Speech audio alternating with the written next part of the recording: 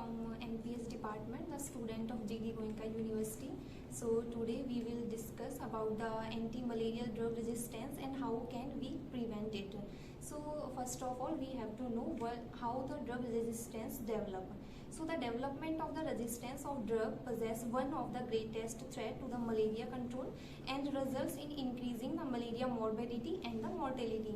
So resistance of the drug currently available anti-malarial drugs has been confirmed in only the two of the Plasmodium species, that is the Plasmodium falciparum and the second is Plasmodium vivax.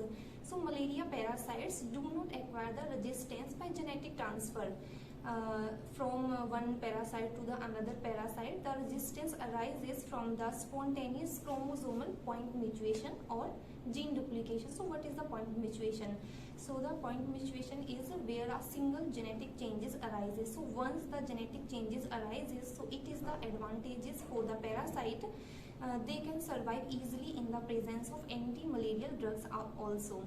So there are several factors we are discussing here for the development of anti-malarial drug resistance. So one is the intrinsic frequency of the genetic changes occur, and the second of degree of resistance by the genetic changes, that is what pharmacodynamics, and the proportion of all the transmissible infections that are exposed to drugs, and the drug concentration profile, that is pharmacokinetics, and the pattern of drug use, or one of them is the immunity profile of the community.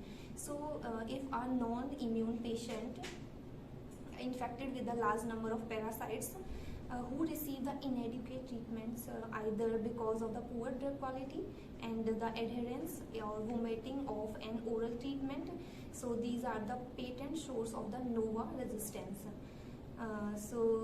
How we can prevent it? So there is a ACT therapy given by WHO. So in the ACT therapy there is a combination of the drugs.